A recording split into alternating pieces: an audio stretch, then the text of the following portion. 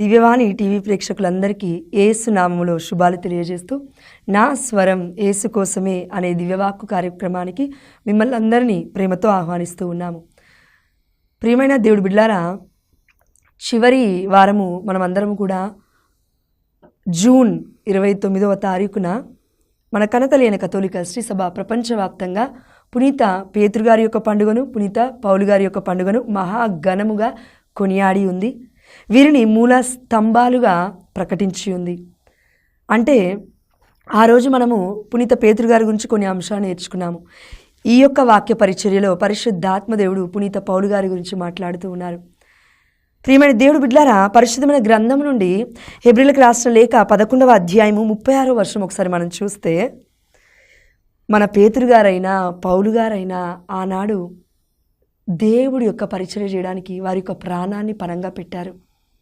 ఎంత భయంకరమైన మరణాలంటే ఈరోజు మనలో చాలామంది వామ్మో నేను అలసిపోతున్నాను, వామ్మో నాకు భయం వేస్తుంది, వామ్మో నేను ఆందోళన పడుతున్నాను, వామ్మో నేను జీవించలేను, ఈ కష్టం నా వల్ల అవ్వదు అని మనలో చాలామంది బిడ్డలు అనుకుంటూ ఉన్నాము. అవునా? దేవుడు అంటూ ఉన్నాడు ఇక్కడ చూడండి, వీరి యొక్క బాధల ముందు, వీరి యొక్క శ్రమల ముందు అసలు మన జీవితాలు ఎంత పాటివండి? మనం పడుతున్న శ్రమలు ఎంత పాటివ్వండి? వారు పడుతున్న హింసల ముందు వారైనా కనీసం ప్రపంచానికి దేవుడి యొక్క ప్రేమను అందించాలి అని, సత్యాన్ని ప్రకటించాలని దేవుడి కోసం బ్రతికారు, దేవుడి కోసం మరణించారు. మరి మనము నా జీవితం కోసం స్వార్థపూరితమైన జీవితం, నేనే బాగుండాలి, నా కుటుంబమే బాగుండాలి, పక్కలు ఏమైపోయినా పర్లేదు అని స్వార్థపూరితమైన జీవితం జీవిస్తున్న మనమెక్కడా నిస్వార్థమైన పరిచర్య చేసిన మన పేతురు గారైనా పౌలు గారైనా లేదంటే ఇంకా ఎంతోమంది బిడ్డలు ఉన్నారు అపోస్తలుడు, వాళ్ళందరూ ఎక్కడా? కాబట్టి ఈరోజు వీరిని చూసి మనం నేర్చుకోవాల్సింది ఏంటంటే పరిశుద్ధాత్మదేవుడు మనకి చెప్తున్నాడు. హెబ్రీయులకు రాసిన లేఖ 11వ అధ్యాయము 36వ వచనం ఒకసారి చూద్దాం. కొందరు అనగా ఇక్కడ ఎవరెవరైతే మనకంటే ముందే కథోలిక శ్రీ సభ గురించి, సత్యం గురించి ప్రకటించారో, వారి జీవితాలను కోల్పోయారో వారి గురించి దేవుడు చెప్తూ ఉన్నాడు. కొందరే ఉంటారండి, అలాంటి వాళ్ళు ఎక్కువ మంది ఉండరు. పిలువబడిన వారు అనేకులు కానీ ఎన్నుకోబడిన వారు కొందరే. మత్తయి సువార్త 22వ అధ్యాయం 14వ వచనం మనం చూసి ఉన్నాము. పిలువబడిన వారు అనేకులు దేవుడి యొక్క పరిచర్యకి, పరిశుద్ధమైన జీవితం జీవించడానికి పిలువబడిన వారు అనేకులండి. అందరినీ పిలుస్తున్నాడు యేసయ్య, పరిశుద్ధుడు. కానీ ఎందుకు ఎన్నుకోబడిన వారు కొంతమందే ఉన్నారు? వినరంగా, అంత ఈజీగా మనం దేవుడి మాట వినము. కాబట్టి కొందరు ఎగతాళి చేయబడి కొరడా దెబ్బలు తినిరి. ఎగతాళి చేయబడి, ఆనాడు యేసుప్రభువు ఎలా అండి చనిపోయింది? కొరడా దెబ్బలు తిన్నాడు యేసయ్య. 39 కొరడా దెబ్బలు, ఒక్కొక్క దెబ్బ కొట్టి తీస్తూ ఉంటే మాంసపు ముద్దగా ఊడొచ్చేది శరీరం మొత్తం. ఆమేన్, హల్లెలూయా. ప్రియమైన దేవుడి బిడ్డలారా, అయినప్పటికీ నోరు తెరువలేదా ఏ ప్రేమ, బదులు పలుకలేదా ఏ ప్రేమ. దేవుడి మీద ప్రేమ ఉన్నవారు మాత్రమే వివాదాస్పదమైన మాటలకు దూరంగా ఉంటారు, తీర్పు తీర్చే మాటలకు దూరంగా ఉంటారు, ప్రేమను పంచే విషయంలో ముందస్తుగా ఉంటారు, అన్నిటినీ భరించే విషయంలో ముందస్తుగా ఉంటారు. మరి యేసయ్య ప్రేమ ఇంత భరిస్తూ ఉంది. యేసయ్యని పట్టుకొని, యేసయ్యని విశ్వసించి, యేసయ్యని ప్రేమించిన ప్రేమ అంటే ఈ ప్రవక్తలు ఇంత భయంకరమైన నింద అవమానాల గుండా వెళ్తూ ఉన్నారు. 37వ వచనం చూడండి. మరి కొందరు బంధింపబడి చెరసాలయందుండిరి. ఈ రోజున మనకి చెరసాల అవసరం లేదండి. లేదంటే ఈ రోజున మనకి నార్మల్గా తీసుకెళ్ళి జైల్లో వేస్తారు కదా, ఏదైనా తప్పు చేస్తే, ఏదైనా క్రైమ్, ఏదైనా భయంకరమైన విషయం చేసినప్పుడు తీసుకెళ్ళి ఏమి చెరసాలలో వేయాల్సిన అవసరం లేదు, తీసుకెళ్ళి ఏమి బంధించాల్సిన అవసరం లేదు. మనకి మనమే బంధించుకుంటాము. దేని ద్వారా? దేంతో కట్టబడి ఉన్నాం ఈ రోజున మనము? దేని ద్వారా బంధింపబడి ఉన్నాం? మొబైల్ ద్వారా. అవునా? ఒక సినిమా మనల్ని బంధించేస్తుంది, ఒక సీరియల్ మనల్ని బంధించేస్తుంది, ఒక తాగుడుబోతు అనే ఆ యొక్క వ్యసనం మనల్ని బంధించేస్తుంది, ఒక ధూమపానం అనే ఆలోచన మనల్ని బంధించేస్తుంది. అంటే మనం చెరసాలలో ఉన్నాము. మనందరికీ కూడా ఆ యొక్క సంఖ్యలు వేయబడ్డట్టుగా మనం బంధింపబడి ఉన్నామండి. మన వ్యామోహములతో మనం బంధింపబడి ఉన్నాం, మన కామపు ఆలోచనతో మనం బంధింపబడి ఉన్నాం, పాపమనే ఈ లోకముతో మనం బంధింపబడి ఉన్నాం. అందుకే దేవుడు అంటూ ఉన్నాడు, ఈ లోకము పాపము, సాతాను పాపము అంటే శోధన. ఈ దేహము అంటే ఈ శరీరము పాపముతో సమానం. ఎందుకు? ఇవి ఆయుధాలు. ఈ లోకం అనేది పెద్ద ఆయుధం అండి.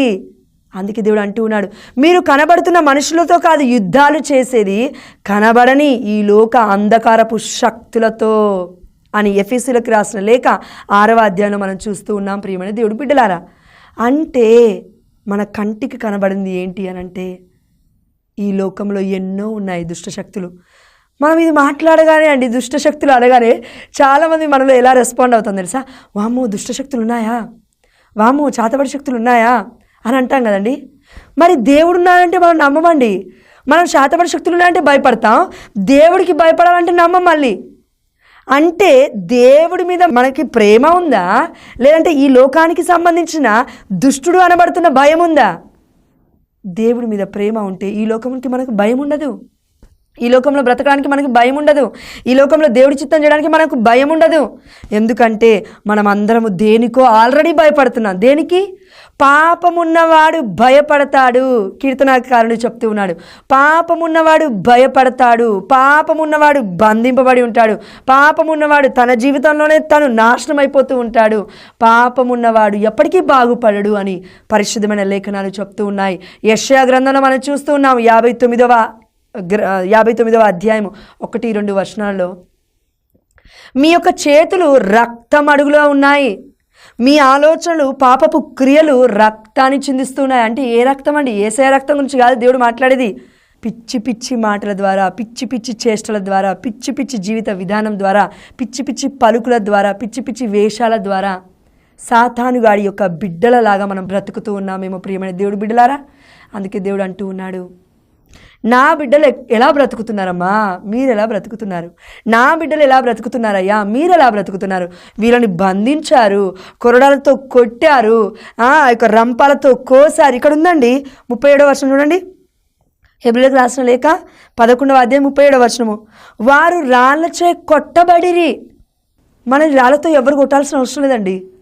మనమే రాళ్ళని తీసుకొని రాళ్ళతో మనమే కొట్టుకుంటున్నాము. వంటింట్లో ఉన్న గెంటెలు తీసుకొని మనమే కొట్టుకుంటున్నాము. లేదంటే భర్త అనుకో పాయింట్కున్న బెల్ట్ తీసుకొని ఆయనే కొట్టుకుంటాడు. లేదంటే ఇంట్లో ఏమేమి మారణాలు ఉన్నాయో అవి తీసుకొని వాళ్ళే కొట్టుకుంటారు. లేదంటే డోర్లకేసి కొట్టుకుంటారు తలని. ఇవంతా ఎందుకు జరుగుతుంది? సాతాను ప్రభావం. దేవుడికి భయం భక్తి కలిగి జీవిస్తే సాతానికి లోబడి ఎందుకు ఇలా మనం కొట్టుకోవాలి, ఎందుకు చచ్చిపోవాలి, భార్యాభర్తల మధ్యలో ఎందుకు ఈ యొక్క సమస్యలు, కుటుంబంలో ఎందుకు ఇన్ని ఆందోళనలు, ఎందుకు ఇంత అలజడి? దానికి కారణం మనము పట్టుకుంది క్రీస్తుని కాదు, ఈ లోకాన్ని. మనం పట్టుకుంది యేసయ్య ప్రేమని కాదు, మనల్ని మనమే హెచ్చించుకోవడం. నేను గొప్ప, నా జాబ్ గొప్ప, నేనేదో చేస్తున్నాను. లేదంటే కొంతమంది భర్తలు ఉంటారు, భార్యని హింసిస్తూ ఉంటారు. నువ్వేం చేస్తున్నావు? ఖాళీగా ఇంట్లో కూర్చొని తింటున్నావు. పిల్లలు ఉన్నప్పటికీ ఈ మాట అంటూ ఉంటారు. పిల్లల్ని చూసుకోవాలి భార్య, ఇల్లు సర్దుకోవాలి భార్య. చూడండి, భర్త భార్య పని చేయలేడు, భార్య భర్త పని చేయలేదు. అది చేసేంతవరకు అర్థం కాదు దాని లోతెంతో. అదేవిధంగా ఇక్కడ పునీతుల యొక్క జీవిత యొక్క చరిత్రలు, వారి లోతెంతో మనకి అర్థం కాదు మనము ఆ యొక్క ప్రయాణం చేసేంత వరకు. పునీతుల పుణ్యబాటలో అనే ఒక బుక్ మన కన్నతల్లిన కథోలిక శ్రీసభ మనకి ఎన్నో ప్లేసెస్లో ఇస్తూ ఉంది. మన ప్యారిషెస్ వాళ్ళు కూడా ఇస్తూ ఉన్నారు. పునీతుల పుణ్యబాటలో చదివితే ఒకవేళ మనం ఆ బుక్ని బైబిల్ చదివితేనే పరిశుద్ధాత్మ దేవుడు వివరిస్తాడండి ఇంకా గొప్పగా. బుక్ చదివినా కూడా ఈజీగా అర్థమవుతుంది అనుకోండి అందరికీ. అంటే వారి యొక్క జీవిత చరిత్రను చూస్తే భయమేస్తుంది, చెమటలు పడతాయి, ఏడుపు వస్తుంది. వామ్మో ఏంటి ఇంత భయంకరమైన మరణాలు, నేనేం జీవితాన్ని జీవిస్తున్నాను, వాళ్ళు ఎలాంటి జీవితాన్ని జీవించాలని ఒక ఔన్నత్యాన్ని మనం వారికి ఇస్తామండి. అందుకే దేవుడు చూడండి మన కోసమే ఈ వాక్యం. ఇదిగో వారు రాళ్ళచే కొట్టబడిరి, రంపములచే 2 భాగములుగా కోయబడిరి. లిటరల్లీ చెప్పాలంటే ఇలా. నీకు నాకు ఇలాంటి ప్రాబ్లమ్స్ ఉన్నాయా ఈ రోజులలో? లేవు. అయినప్పటికీ కూడా మనం అలాంటి ప్రాబ్లమ్సే తెచ్చుకుంటాం. భర్తకి కోపం ఎక్కువ అని తెలుసు, ప్రార్థన చేయకుండా భర్తని పెట్టడానికి ఎలాంటి విషయాలు చేయాలో భార్యకి బాగా తెలుసు. భర్తకు కూడా అంతే. భార్యని ఎలా మాట్లాడితే, ఎలా పిచ్చి పిచ్చి మాట్లాడితే, బూతులు మాట్లాడితే ఎలా రియాక్ట్ అవుతుందో తెలుసు భర్తకి, కాబట్టి మాట్లాడతాడు. నోరు అనేది అదుపులో లేకపోతే, సామెతల గ్రంథం 18వ అధ్యాయం 21వ వచనం సెలవిస్తూ ఉంది, సామెతల గ్రంథము 18వ అధ్యాయము 21వ వచనం. జీవన్ మరణములు నీ నోట పెట్టాను. ఏం చేస్తున్నావు మనిషి? నీ నోటి మాటలే నిన్ను తింటాయి, నీ నోటి మాటలే నిన్ను నాశనం చేస్తాయి, నీ నోటి మాటలే నీ యొక్క బ్రతుకును రోడ్డు మీదకి ఈడ్చుకెళ్తూ ఉంది. ఒక భర్త ఒక భార్య మధ్యలో ఉన్న ఆ యొక్క రహస్యమైన సంసార జీవితాన్ని ఈ రోజున ఎందుకు పబ్లిక్ అయిపోతుంది, ఎందుకు మొత్తం అందరికీ తెలిసిపోతుందంటే దానికి కారణం పెళ్లి చేసుకున్న 2-3 నెలలకి 6 నెలలకి సంవత్సరానికే పెళ్లి ఫోటోలు కూడా అప్పటికి వచ్చాయో లేదో తెలియదు, కానీ అప్పటిలోపు విడాకులకు అప్లై చేస్తారు. ఎందుకు ఇంత తొందరపాటు? ప్రేమ, యేసయ్య ఇచ్చిన ప్రేమతో, ఆదికాండంలో ఆదాము ఏవ మధ్యలో దేవుడు ప్రేమను పెట్టాడు కదా, అలాంటి ప్రేమతో కాకుండా ఈ లోకపు వ్యామోహము అనే ప్రేమతో మన కళ్ళు దేవుడి యొక్క ప్రేమతో కాకుండా ఈ లోకము అనే వ్యామోహ ప్రేమతో నింపబడ్డాయి. కాబట్టి ఆ డిజైర్స్, ఈ లోక ఆశలు, ఈ లోక వాంఛలు, శారీరక వ్యామోహాల ద్వారా మనం పీడింపబడుతున్నాము. లిటరల్లీ చెప్పాలంటే దెయ్యము చేత పట్టబడి పీడింపబడుతున్నాము. కాబట్టి అందుకే ఈ వ్యసనాల ద్వారానే మనం చచ్చిపోతాం, ఈ వ్యసనాల ద్వారానే క్షీణించిపోతాం. ప్రియమైన దేవుడు బిడ్డలారా, అందుకే వాళ్ళ నాన్నను రాళ్ళతో కొట్టారు, ఆ రంపములతో కోస్తూ ఉన్నారు, చంపేస్తూ ఉన్నారు, కత్తితో నరకబడిరి. గొర్రెల మేకల తోళ్ళని కప్పుకొని శ్రమలు హింసలను అనుభవించుచు దరిద్రుల వలె వారు వీధుల వెంట తిరిగిరి. ఈరోజు నీకు నాకు దరిద్రమేమి లేదండి, 3 పూటలు తింటున్నాం, ఇంట్లో ఉండి చాలా సేఫ్గా ఉన్నాం. కానీ దేవుడి బిడ్డలు ఒక పూట తింటే ఇంకో పూట తినరు. ప్రేమ బిడ్డలారా, దేనికోసం? కథోలిక శ్రీ సభలో సత్యము ఇంకా పరిశుద్ధాత్మ ప్రభావము చేత ప్రజ్వరింపబడాలి అని, ప్రజలందరిలో కనువిప్పు కలగాలని ఎంతోమంది బిడ్డలు దివారాత్రములు మోకరించి ప్రార్థించే వాళ్ళు చాలామంది ఉన్నారు. అందులో కొంతమంది మాత్రమే మనకు తెలిసేమో, అందరూ బైబిల్లో లేరు కదా. కాబట్టి ప్రియమైన దేవుడు బిడ్డలారా, మరి మన పునీతులు, మన పౌలు గారు, మన పేతురు గారు ఎలాంటి జీవితాన్ని జీవించామని మనం చూస్తే రాళ్లతో కొట్టబడ్డారు, కొరడాలతో కొట్టబడ్డారు, అదేవిధంగా హింసలకి గురయ్యారు, శ్రమలకి గురయ్యారు. అంత మాత్రమే కాదు, చెరసాలలో వేయబడ్డారు. పౌలు శిలాసులు దేవుని స్తుతించారా లేదా? చెరసాల మధ్యలో బందీలుగా ఉన్నప్పుడు, నువ్వును నేను శ్రమలలో ఉన్నప్పుడు దేవుని స్తుతిస్తామా? ఎక్కడైనా స్తుతించాం. మళ్ళీ ఆ శ్రమ మన పాపపు క్రియల ద్వారానే వచ్చింది. మన ఈ యొక్క లోక అతిక్రమాల వల్లనే వచ్చింది ఆ యొక్క జీవితం యొక్క ఫలితం. అయినప్పటికీ మనం దేవుని ఏమంటాం తెలుసా అండి? 1 రోజు ప్రార్థన చేస్తాం, 2 రోజు ప్రార్థన చేస్తాం, 3 రోజు ప్రార్థన చేసి లేదంటే ఉపవాసం చేసి, అయ్యా నా వల్ల అయితేలే తండ్రి, నన్ను తీసుకోవు పరలోక రాజ్యానికి. ఏది 2 రోజులకి 3 రోజులకి పరలోక రాజ్యానికి తీసుకెళ్తాడు దేవుడు? హానోకు అనుకుంటున్నాం మనం ఏమన్నా?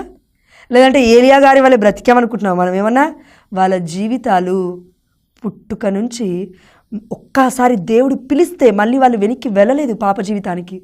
దేవుడు చూడండి, అక్కడ వ్యభిచారంలో పట్టుబడిన స్త్రీతో యెరూషలేము దేవాలయంలో కుంటివాణ్ణి దేవుడు స్వస్థపరిచినప్పుడు ఒక మాట అన్నాడు, ఇదిగో మరలా పాపం చేయకు. నీకు నాకు దేవాదేవుడు ఈరోజు చెప్తూ ఉన్నాడు పునీత పౌలు గారి మధ్యస్థ ప్రార్థన ద్వారా, ఇదిగో మరలా పాపం చేయకు. ఎందుకంటే పౌలు గారు ఒక్కసారి కత్తిని క్రైస్తవును చంపుతున్నాడు, అవునా? దమస్కుకి బయలుదేరిన మార్గ మధ్యంలో యేసయ్య దర్శనాన్ని పొందుకున్న పౌలు గారు కలం పట్టారు, అంటే యొక్క పెన్నును పట్టారు, మళ్ళీ కత్తిని పట్టలేదు. అంటే మరణ పాప జీవితానికి రాలేదండి. అందుకే పౌలు గారు అంటారు లేఖనాలలో, ఇదిగో నేను వెనుకున్న దాన్ని మరిచి ముందున్న దాని కొరకు తీవ్రముగా కృషించుచున్నాను. ఆమేన్, హల్లెలూయా. మనలో ఎంతమంది పాప జీవితాన్ని విడిచిపెట్టి, భార్య చేసిన మిస్టేక్స్ తప్పులను విడిచిపెట్టి, పిల్లలు చేసిన మిస్టేక్స్ని పక్కకు పెట్టేసి, భర్త చేసిన తెలిసి తెలియక పాప జీవితంలో ఏదైనా వ్యసనం ద్వారా చేసి ఉంటే, తాగుడు వ్యసనం ద్వారా చేసి ఉంటే, ఆ యొక్క పిచ్చి పిచ్చి వీడియోస్ ఏదైనా చూస్తుంటే అవన్నిటిని పక్కకు పెట్టి, ఇప్పుడు నా భార్యతో, ఇప్పుడు నా భర్తతో, ఇప్పుడు నా పిల్లలతో ఒక నూతన జీవితాన్ని నేను జీవించాలి అనే ఆలోచన మనలో ఎందుకు లేదంటే దానికి కారణం పరిశుద్ధాత్మ దేవుని మనం ఆహ్వానించట్లేమేమో. పౌలు గారి యొక్క జీవితం మారిందంటే పరిశుద్ధాత్మతో నింపబడ్డాడు. అందుకే మన లేఖనాలు ఉంటూ ఉన్నాయి. అక్కడ అననీయ ప్రవక్త వెళ్తూ ఉన్నాడు. పౌలు గారు ఏం చేస్తున్నారండి? కళ్ళు మొత్తం ముయ్యబడ్డాయి. పౌలు గారి కళ్ళు యేసయ్య దర్శనాన్ని చూడగానే మార్గ మధ్యలో దమస్కు వెళ్తున్నప్పుడు. దాని తర్వాత 3 రోజులు పౌలు ఏమీ తినలేదండి. ఏమీ తినకుండా మోకరించి ప్రార్థన చేస్తున్న సమయంలో అననీయ ప్రవక్తను లేపి పంపిస్తే వెళ్ళి స్వస్థత ఇవ్వగానే, ఇదిగో పౌలు, దేవుడు నిన్ను ఎన్నుకున్నాడు, జ్ఞానస్నానం పొందు, పవిత్రాత్మని పొందు అని చెప్తూ ఉన్నాడు అననీయ ప్రవక్త ద్వారా దేవుడు. 3 రోజులు ఉపవాస ప్రార్థన చేసేది మన కోసం, దేవుడి కోసం కాదండి, మన కోసం. మన యొక్క శరీరాన్ని ఉపవాసం ద్వారా నలగొట్టుకోవడం కోసం, అనగొట్టుకోవడం కోసం, ఈ శారీరక వ్యామోహాలను తెగ నరుక్కోవడం కోసం. ఎందుకు? శారీరక వ్యామోహాల వల్ల కుటుంబాలు విచ్ఛిన్నమవుతూ ఉన్నాయి. అందుకే పునీత పౌలు గారు రోమిలకు రాసిన లేఖ 12వ అధ్యాయం 1వ వచనం 2వ వచనం ఇలా సెలవిస్తూ ఉంది. నా ప్రియ సహోదరి మనులారా, ఈ యొక్క విషయాన్ని గుర్తుకుంచుకునుడు. పరిశుద్ధులుగా మీ యొక్క దేహమును సజీవ యాగ బలిగా దేవుడికి అర్పించుకొనుడు. ఆమేన్, హల్లెలూయా. ప్రియమైన దేవుడి బిడ్డలారా, సజీవ యాగ బలిగా అని అంటే దానికి అర్థం ఈజ్ ఈక్వల్ టు పరిశుద్ధత. దేవుడు మనకిచ్చిన పరిశుద్ధత, దివ్య సప్రసాద నాదుని మనం తీసుకుంటున్న పరిశుద్ధత, ప్రతిరోజు మనం కథోలిక శిశువులకి వెళ్తున్నాము, దివ్యమైన బలి పూజలో పాల్గొంటున్నాము, యేసయ్యని స్వీకరిస్తూ మళ్ళీ అంటున్నాము నా వల్ల కావట్లేదని. అపరిశుద్ధంగా జీవించకూడదు. పౌలు గారు తన పాత జీవితాన్ని మర్చిపోయారు, ఇక కొత్త జీవితాన్ని అలానే పట్టుకొని జీవించారు. ప్రియమైన దేవుడి బిడ్డలారా, పునీత పౌలు గారు ఇలా అంటూ ఉన్నారు, పాత జీవితము గతించినది, కొత్త జీవితం ప్రారంభమైనది. ఆమేన్, హల్లెలూయా. ఎవడైనా క్రీస్తునందున్న ఎడల వాడు నూతన సృష్టి. ఆమేన్, హల్లెలూయా. మరి యేసయ్యలో ఉన్న మనము నూతన సృష్టిగా ఉన్నప్పుడు మరలా పాప జీవితానికి ఎందుకు వెళ్ళాలి? మరలా విడిచిపెట్టిన జీవితానికి ఎందుకు వెళ్ళాలి? ఇదిగో ఈ లోకంలో నేను నా పరుగు పందాన్ని ముగించాను అని పునీత పౌలు గారి వలె మన హృదయం మీద ధైర్యంగా చెయ్యి వేసుకొని ఎంతమందిని చెప్తామండి, నేను పరిశుద్ధంగా జీవించాను, నా పరుగు పందాన్ని ముగించాను, దేవుడి కొరకు నేను వెయిట్ చేస్తున్నాను, దేవుడు నన్ను పరలోక రాజ్యం తీసుకెళ్తాడని మనలో ఎంతమందిని చెప్పగలుగుతాం? చాలామందిని చెప్పలేము. అందుకే దేవుడు పౌలు గారిని చూపిస్తూ ఉన్నాడు ఈ రోజున మనకి. పాత జీవితానికి వెళ్ళకూడదు, విడిచిపెట్టిన కంపు కొట్టే జీవితానికి మళ్ళీ మనం వెళ్ళకూడదు. పౌలు గారు ఏ విధంగా అయితే కలం పట్టిన తర్వాత మళ్ళీ కత్తి పట్టుకోలేదు, మనమును కూడా పాత జీవితాన్ని పట్టుకోకూడదు. అప్పుడే మనం పరలోక రాజ్యానికి వెళ్ళగలుగుతాం. ఆమేన్, హల్లెలూయా. కాబట్టి ప్రియమైన దేవుడి బిడ్డలారా, మన పునీత పౌలు గారికి ఉన్న ఇంకొక పేరేంటి? కన్నతల్లిన కథోలిక శ్రీ సభ చెప్తుంది, పునీత చిన్నప్ప గారు. అవునా? ఎస్. అదేవిధంగా గలతీలకు రాసిన లేఖ 2వ అధ్యాయం 20వ వచనంలో పునీత పౌలు గారు మనతో ఇలా చెప్తూ ఉన్నారు, ఇక జీవించున్నది నేను కాదు, క్రీస్తే నా యందు జీవించుచున్నాడు. మనం అంటాం కదా, వామ్మో పరిశుద్ధంగా ఎలా అండి జీవించేది? అవును, మనం కాదండి జీవించేది, మనలో ఉన్న క్రీస్తు మనకి బోధిస్తూ ఉన్నాడు ఎలా జీవించాలో. జీవాహారమును నేనే. హెబ్రీయులకు రాసిన లేఖ 4వ అధ్యాయం 12వ వచనం ఇలా సెలవిస్తుంది, దేవుడి యొక్క వాక్కు 2 అంచుల ఖడ్గము కంటే పదునైనది, సజీవమైనది, చైతన్యవంతమైనది. ఇది ఏం చేస్తుందంటే, ఈ వాక్కు మనలోకి వెళ్ళడం ద్వారా, బైబిల్ చదవడం ద్వారా, జీవాహారాన్ని పొందుకోవడం ద్వారా అది మానవుడి యొక్క ఆత్మలో ఆలోచనని గ్రహించగలుగుతుంది. హృదయ అంతరంగంలో ఉన్న ప్రతి ఆలోచనని బయటికి తీసుకొచ్చి, వెలికి తీసుకొచ్చి ఇలా చూపిస్తూ ఉందండి క్లియర్గా. పరిశుద్ధాత్మతో నింపబడిన బిడ్డలకి మాత్రమే ఇది సాధ్యం. ఇదిగో దేవుడి యొక్క వాక్యం 2 అంచుల ఖడ్గము కంటే పదునైనది, సజీవమైనది, చైతన్యవంతమైనది. ఇది జీవాత్మల సంయోగ స్థానము వరకు, కీలు మజ్జ చేరు వరకు ఛేదించుకొని పోగలదు. ఆమేన్, హల్లెలూయా. ప్రియమైన దేవుడి బిడ్డలారా, ఒక కత్తితో ఇంకో వ్యక్తిని చంపితే ఏం చేస్తారు? చచ్చిపోతాడు. అదే రెండు సైడ్లు ఒకవేళ కత్తికి షార్ప్ ఉందనుకోండి, 2 సైడ్స్ ఒక కత్తి షార్ప్ ఉందనుకోండి, ఫర్ ఎగ్జాంపుల్ అమ్మ నేను చెప్తున్నాను, ఇలా పొడిచామనుకో ఏమవుతుంది? ఈ కత్తికి ఇటు సైడ్ కూడా ఆ యొక్క షార్ప్నెస్ ఉంది కాబట్టి నాకు కూడా పొడుచుకుంటుంది. నిన్ను చంపాలని నేను ప్రయత్నం చేశాను అనుకో, నేను కూడా చచ్చిపోతాను. ఏం విత్తుతామో అది కోస్తాం.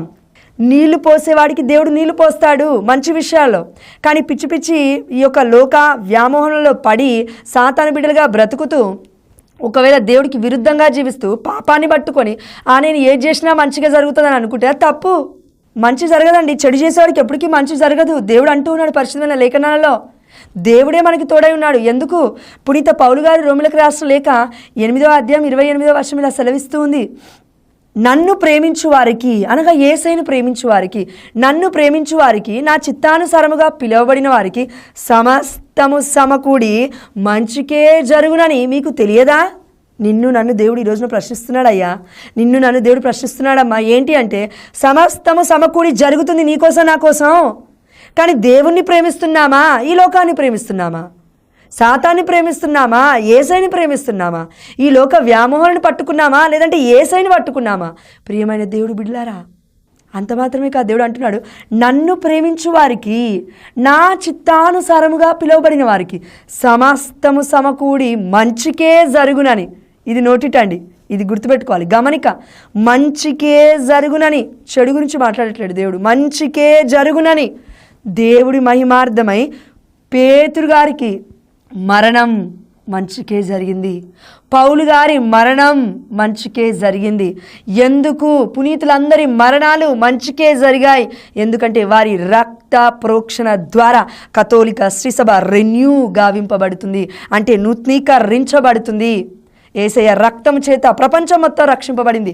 అయితే మరలా పునీతుల యొక్క రక్త ప్రోక్షణ ద్వారా వారి యొక్క రక్తము ఈ నేల మీద పడి నీతిమంతుల ఆ యొక్క బ్లడ్, నీతిమంతుల యొక్క రక్తం మొరపెడుతుంది యేసయ్యని. ఆదికాండంలో కయీను హేబెల్ని చూసుకుంటే హేబెలు రక్తం మొరపెట్టిందా? ఎస్.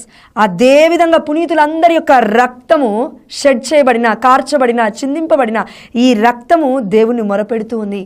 కాబట్టి ప్రియమైన దేవుడు బిడ్డలారా, ఈ రోజుల్లో యేసయ్య కోసం మనం రక్తాన్ని చిందించాల్సిన అవసరం లేదు. ఒకరిని రక్తం వచ్చేంత వరకు కొట్టకూడదు. భార్యనైనా భర్తనైనా హృదయం మొత్తము గాయపరిచి ఎముకలు ఆ యొక్క ముక్కలు ముక్కలు ముక్కలు చేసేలాగున ఎవరిని బాధ పెట్టకూడదు. కాబట్టి ప్రియమైన దేవుడు బిడ్డలారా, చూడండి, ఈ ప్రపంచము వారికి యోగ్యమైనది కాదు. ఇదండి హైలైట్ మాట. చూడండి ఏంటంట, ఈ ప్రపంచమే పునీతులు ఇక్కడ ఉండడానికి యోగ్యత లేదంటున్నాడు దేవుడు. నా బిడ్డలు ఈ లోకంలో జీవించడానికి ఈ ప్రపంచానికే యోగ్యత లేదు అని యేసయ్య చెప్తున్నాడు. ఎంత గొప్ప మాట కదండి. అమ్మో, అంటే దేవుడు తన బిడ్డలకి ఎంత గొప్ప స్థానాన్ని ఇస్తున్నాడు. చూడండి, ఈ లోకము ఒక పెద్ద కలెక్టర్కి, లేదంటే పెద్ద సీఎంకి, పెద్ద పిఎంకి, లేదంటే మోడీ గారికి, లేదంటే ఇప్పుడున్న పెద్ద పెద్ద అధికారులకి, నాయకులకి, వీళ్ళందరికీ ఇస్తారు కదండి. లేదంటే అమెరికాలో ఉన్న ఇంకొకరు ట్రంప్ గారికి, ఇంకొకరికే ఇస్తూ ఉంటారు ప్రియమైన దేవుడి బిడ్డలారా, నాయకులకి. కానీ దేవుడి బిడ్డలకి, అంటే దేవుడి ప్రవక్తలకి, అంటే దేవుడి బిడ్డలుగా పనిచేస్తున్న ప్రధాన యాజకులకి, మన గురువులకి, మఠకన్యా స్త్రీలకి వారి యొక్క జీవితాన్ని విడిచిపెట్టుకొని, వారి తల్లిదండ్రులు విడిచిపెట్టుకొని కథోలిక శిశువులకు వచ్చి పనిచేస్తున్న మరి దేవుడి బిడ్డల గురించి ఎంత మట్టుకు మనం ఆలోచిస్తున్నాము, వారి కోసం ఎంతమంది మనం ప్రార్థన చేయగలుగుతున్నాం. వారి జీవితాలు కూడా ఇంతే భయంకరంగా ఉన్నాయి. కాబట్టి ప్రియమైన దేవుడి బిడ్డల, చివరిగా ఒక మాట, ఫిలిప్పీలకు రాసిన లేఖ 1వ అధ్యాయం 21వ వచనము, నాకు జీవించడం క్రీస్తే, మరణించడం నాకు లాభం. ఈ రోజుల్లో మనలో ఎంతమంది చెప్తున్నామండి, మరణిస్తే దేవుడికి లాభం అని, నేను జీవిస్తే క్రీస్తు కొరకే జీవిస్తా అని. లేదు, నేను జీవిస్తే నా భార్య కొరకు, లేదంటే నా భర్త కొరకు, పిల్లల కొరకు స్వార్థం, లేదంటే జాబ్ కొరకు, లేదంటే బిజినెస్ కొరకు, లేదంటే ఇంకో అమ్మాయి కొరకు, లేదంటే ఇంకో అబ్బాయి కొరకు, లస్ట్ఫుల్ థాట్స్, అంటే కామపు కోరికను తీర్చుకోవడానికి బ్రతుకుతున్న వారు ఉన్నారు, కానీ దేవుడి చిత్తం చేయడానికి ఎవరు లేరు చాలామంది. అందుకే పునీత పౌలు గారు ఇంకొక మాట అంటూ ఉన్నారు, రోమిలకు రాసిన లేఖ 14వ అధ్యాయం 8వ వచనంలో. అదేంటంటే, మనము, పౌలు గారి ద్వారా దేవుడు మనతో మాట్లాడుతున్నారండి, మనము జీవించినను ప్రభు కొరకే జీవించుచున్నాము, మరణించినను ప్రభు కొరకే మరణించుచున్నాను, కనుక జీవించినను మరణించినను మనం ప్రభుకి చెందిన వారమే. బా, ఎంత గొప్ప మాట అండి. పౌలు గారి వల్ల ఈ మాట మనం చెప్పగలుగుతామా? ఎక్కడ నిలబడ్డా కూడా, ఒక్కరి ముందు నిలబడ్డా ఇదే మాట ఉండాలి, లక్షల మంది ప్రపంచం ముందు నిలబడ్డా కూడా ఇదే మాట ఉండాలి. ఆమేన్, హల్లెలూయా. కాబట్టి ప్రియమైన దేవుడు బిడ్డలారా, ఈ సమయంలో క్రీస్తు మాత్రమే వెలుగు, క్రీస్తు మాత్రమే రక్షకుడు, నిజమే. కానీ అపోస్తుల కార్యములు 13వ అధ్యాయం 47వ వచనం ఇలా సెలవిస్తూ ఉందండి, దేవుడు మమ్మల్ని ఎన్నుకొని ఉన్నాడు. ఆమేన్, హల్లెలూయా. దేవుడు మమ్మల్ని పేరు పెట్టి పిలిచాడు. ఆమేన్, హల్లెలూయా. మేము అన్యులకు వెలుగై ఉండుటకు. ఆమేన్, హల్లెలూయా. ప్రపంచమంతటికి రక్షణ మార్గమై ఉండుటకు. ఆమేన్, హల్లెలూయా. అక్కడ ఉన్న మొత్తము ఎంతమంది పరిచర్య చేస్తున్నారు అప్పటికి అపోస్తుల కార్యంలో, వాళ్ళందరూ మాట్లాడుతున్న మాట ఏంటంటే, దేవుడి కోసం మేము ఈ ప్రపంచానికి వెలుగుగా మారుతున్నాం, దేవుడి కోసం మేము రక్షకులుగా ఈ లోకానికి, ప్రపంచానికి మారుతున్నాం. ఆమేన్, హల్లెలూయా. నా బిడ్డలు మరణించినను జీవవంతులే, యేసయ్య చెప్పిన మాట. ఆమేన్. కాబట్టి ప్రియమైన దేవుడు బిడ్డలారా, పునీత పౌలు గారు, పునీత పేతురు గారి యొక్క మధ్యస్థ ప్రార్థన ద్వారా దేవుడు మనతో ఎన్నో విషయాలను మాట్లాడి ఉన్నారు. మరి ఇంత గొప్ప ధన్యత్వము కలిగిన జీవితాన్ని మనమును కూడా దేవాతి దేవుడిని కోరుకుంటూ, ఈ వాక్య పరిచర్యలో దేవాదేవుడు మనల్ని దర్శించినందులకు దేవుడికి మహిమ చెల్లిస్తూ, ప్రభువా, పునీత పేతురు గారు, పౌలు గారి మధ్యవర్తిత్వ ప్రార్థన ద్వారా మేమును నీ మహిమార్థమై మరణించుటకు, ఇక జీవించినది క్రీస్తు కొరకే, మరణిస్తే నాకు ఇంకా అది మేలే అని మేమందరము మా గత జీవితాన్ని, పాత జీవితాన్ని, పాపపు జీవితాన్ని విడిచిపెట్టి నీ వైపు చూస్తూ ఉన్నాం ప్రభువా. ఇక ముందైనా ఎనుకున్న దాన్ని పాత జీవితాన్ని మర్చిపోయి ముందున్న పరలోక రాజ్యం కొరకు ప్రయాసపడి పరుగు పందాన్ని ముగించుట కొరకు నీతి బహుమానం అనే కిరీటము, నీతి కిరీటాన్ని పరలోక రాజ్యంలో నీ గృహంలో పొందుకొనుటకు మా అందరికీ సహాయం చేయమని మా నాథుడైన యేసుక్రీస్తు అతి పరిశుద్ధమైన నామములో అడిగి పొందుకుంటున్నాము మా ప్రియ పరలోకపు తండ్రి. ఆమేన్. హల్లెలూయా. పితా పుత్ర పవిత్రాత్మ నామమున ఆమేన్.